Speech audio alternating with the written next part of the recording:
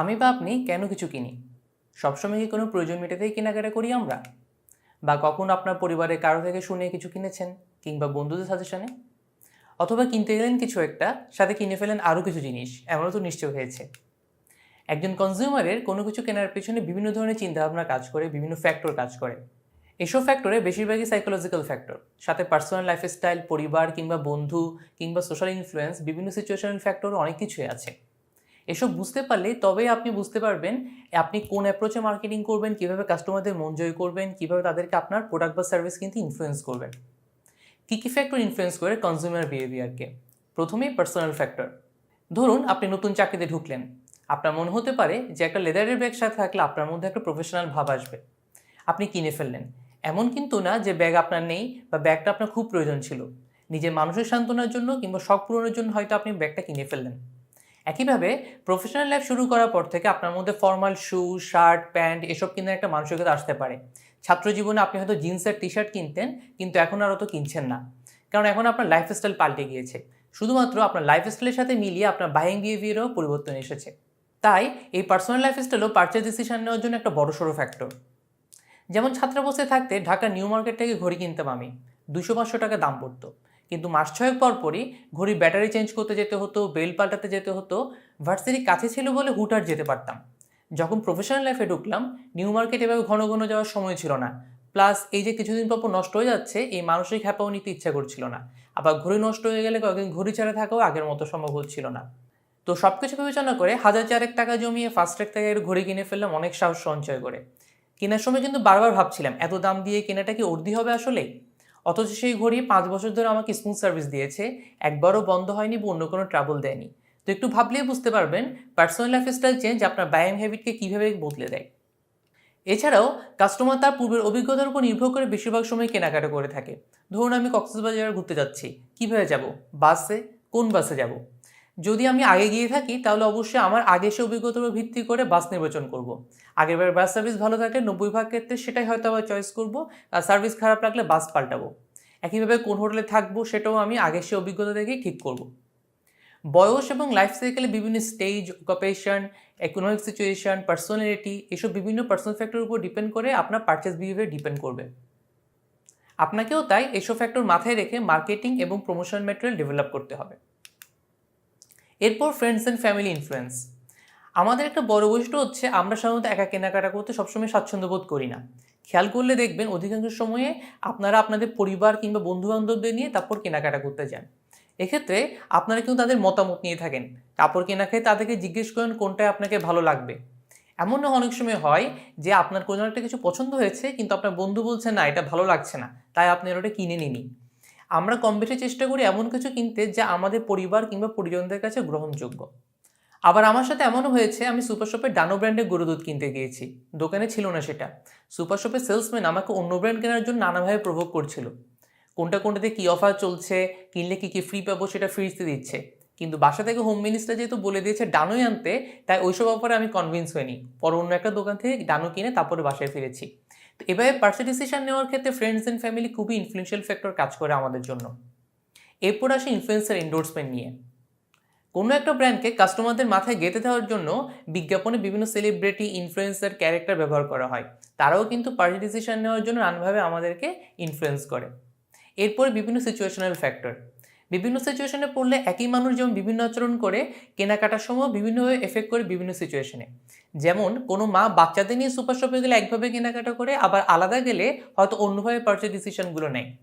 মার্কেটিয়ারদের অবশ্যই মাথায় রাখা লাগবে পার্চেস সিচুয়েশন কীভাবে কনজিউমারকে ইনফ্লুয়েন্স করে, তাহলে কিন্তু ওই অনুযায়ী মার্কেটিং স্ট্র্যাটেজি আপনারা ডেভেলপ করতে পারবেন।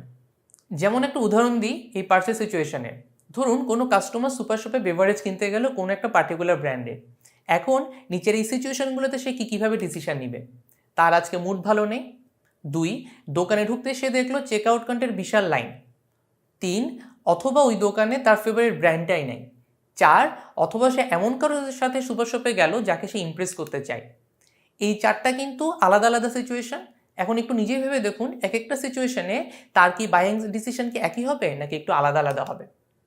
আবার আমরা ঘরে থাকলে একই প্রোডাক্টে একটা ব্র্যান্ড ইউজ করি, আবার ঘরের বাইরে গেলে দূরে কোথাও বেড়াতে যাচ্ছি এমন সময়ে, অথবা কোনো ইম্পর্টেন্ট মিটিংয়ে যাচ্ছি এমন সময়ে অন্য কোনো ব্র্যান্ড ইউজ করি। এগুলোও কিন্তু সিচুয়েশনাল ফ্যাক্টর। এরপর আসে সাইকোলজিক্যাল ফ্যাক্টর নিয়ে। কনজিউমারের পার্সে ডিসিশন নেওয়ার ক্ষেত্রে বেশ কিছু সাইকোলজিক্যাল ফ্যাক্টর কাজ করে। একজন মার্কেটিয়ার হিসাবে আপনাকে কনজিউমারের সাইকোলজির এই বিচিত্র অলিগলি সুলুক সন্ধান করতে হবে এবং এসব সাইকোলজি বুঝতে নিয়মিত স্টাডি করতে হবে। কয়েকটা সাইকোলজিক্যাল ফ্যাক্টরের উদাহরণ দিচ্ছি।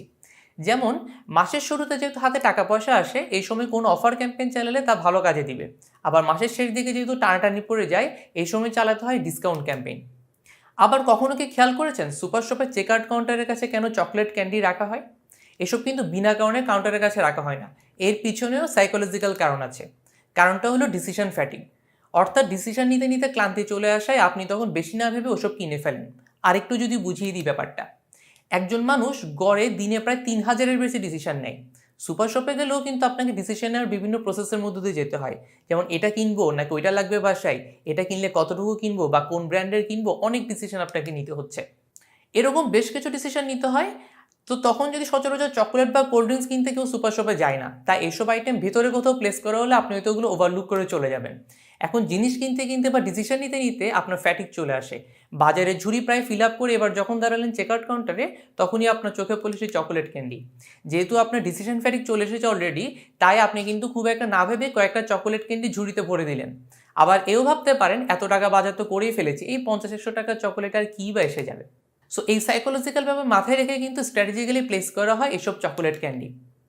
আবার বড় সুপার শপে সেলসম্যানদের ট্রেনিং দেওয়া হয় এভাবে যেন আপনাকে বেশিক্ষণ সুপার শপে রেখে দিতে পারে। কারণ আপনি যত বেশিক্ষণ থাকবেন আপনার ওই ডিসিশন ফ্যাটিকটা চলে আসবে, আপনি খুব বেশি অ্যানালাইসিস করে মানসিক শক্তিটা পাবেন না, তখন বাধ্য হয়ে বিভিন্ন ইম্পালস ডিসিশন নিয়ে ফেলতে পারেন। এই জন্যই আইকিয়ার ফার্নিচার সবগুলোতে দোকানের মধ্যে মিনি রেস্টুরেন্ট চালু করেছে। কারণটা সেই একই, আপনি যত বেশিক্ষণ থাকবেন আপনার ইম্পালস বাই করার চান্স বেড়ে যাবে ডিসিশন নেওয়ার ক্ষমতাটা কমে যাওয়ার কারণে। আবার ফার্নিচার যেহেতু বড় ডিসিশন, লাইক 30, 40, 50 হাজার টাকা খরচের ব্যাপার, তাই দোকান ঘুরে ঘুরে দেখার পর খেতে খেতে আপনার সঙ্গীর সাথে কথা বলে ডিসিশন নিতেও সুবিধা হয়। আবার এসব দোকানে খাবারের দামও অন্যান্য ফাস্টফুড শপের চেয়ে কম থাকে, কারণটা তো বুঝতেই পারছেন।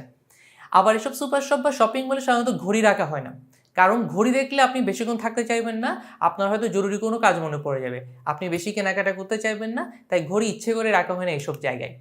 আবার সুপার শপগুলোতে বাস্কেটের বদলে এখন কার্ট বা ট্রলি রাখা হয়, কারণ ছোট জড়ি উপচে গেলে আপনার মনে হতে পারে থাক আজকে অনেক বাজার হয়ে গিয়েছে, কিন্তু ট্রলি যেহেতু সাইজে বড়, সেখানে জিনিসও আটবে বেশি, আপনি কিনবেনও বেশি বেশি। সো ই কমার্স ওয়েবসাইটেও তাই অ্যাড টু কার্ট অপশান দিয়ে আপনাকে অ্যাড করতে দেয় আগে, তখনই কিন্তু টোটাল অ্যামাউন্টটা দেখায় না, কারণ অ্যামাউন্ট থেকে থাকলে সাইকোলজিক্যাল ইস্যুটা কাজ করতে পারে আপনার, যে অনেক খরচে যাচ্ছে ক্ষান্ত দিয়ে বেলা। তা না করে যখন প্রসিড টু চেক আউট দেওয়ার পরে কেবল আপনার টোটাল অ্যামাউন্টটা দেখাচ্ছে, ততক্ষণই কিন্তু আপনার ডিসিশন ফ্যাটিক চলে এসেছে। বাজেট কিছুটা ক্রস করলেও তখন অত বাছাবাছি করতে ইচ্ছে করে না, তাই হয়তো একটু বেশি করে কিনিয়ে ফেললেন। এরকম বিভিন্ন সাইকোলজিক্যাল ফ্যাক্টর কনসিডার করে প্রোডাক্ট ডিসপ্লে করা হয়, বিজ্ঞাপন বানানো হয়, প্রমোশনাল ম্যাটেরিয়াল ডেভেলপ করা হয়। আমরা প্রাইসিং স্ট্র্যাটেজি নিয়ে এরকম কিছু সাইকোলজিক্যাল ট্রিক্স জেনেছি আগের মডিউলে। আবার সুপার শপিং, ঈদের শপিংয়ে কাপড়ের দোকানগুলোতে তো গান বাজতে শুনেছেন। এই গানগুলো নর্মালি খুব স্লো মিউজিক হয়, খুব ফাস্ট বিটের গান দেওয়া হয় না প্ল্যান করি। কারণ যখন স্লো মিউজিক হচ্ছে আপনি তখন আস্তে আস্তে হাঁটবেন ইনস্টিড অফ রাশিং, এতে করে আপনি আরও বেশিক্ষণ থাকবেন সেখানে, আর বেশিক্ষণ থাকা মানে বেশি বেশি কেনা। আবার সেই দোকানে যদি ভিড় বেশি থাকে তখন কিন্তু ফাস্ট বিটের গান ছাড়া হয়, কারণটা তো বুঝতেই পারছেন। আর গান ভালো লাগলে আপনার একটা মুড ভালো থাকে, এবং মুড ভালো থাকলে আপনার অনেক কিছু কিনে ফেলেন যখন আপনার এটা প্ল্যানেই ছিল না। আরেকটা স্ট্র্যাটেজি নেওয়া হয়, যেসব জিনিসের দাম বেশি বা মোস্ট প্রফিটেবল আইটেম সেগুলো রাখা হয় আপনার আই লেভেলে, আর চিপার জিনিস রাখা হয় নিচের তাকে, এটাও কারণও বুঝতে পারছেন। আবার রিসার্চে এমনও দেখা গিয়েছে যে একটা বিজ্ঞাপন 11 বার দেখার পর কেনার ডিসিশন নেয় লোকে, অর্থাৎ 11 বার বিভিন্ন জায়গায়, সেটা online, TV, paper, leaflet, Facebook, যে কোনো জায়গায় হতে পারে, আপনি 11 বার দেখানো লাগবে আপনার টার্গেট কাস্টমারকে, তখনই সে সেটা কিনতে হচ্ছে ইন্টারেস্টেড হবে। এরপর আসে ইম্পালস বাইং নিয়ে। ধরুন আপনার একটা নতুন শার্ট কেনা দরকার ছিল, তাই আপনি ফেভারিট ব্র্যান্ডের দোকানে ঢুকলেন এবং ঢুকে দেখলেন শীতকাল উপলক্ষে সেখানে মেগা ডিসকাউন্ট চলছে। তো ডিসকাউন্ট দেখে আপনি হয়তো একটার বদলে 3টে শার্ট কিনে ফেললেন, এটা একরকম ইম্পালস বাইং।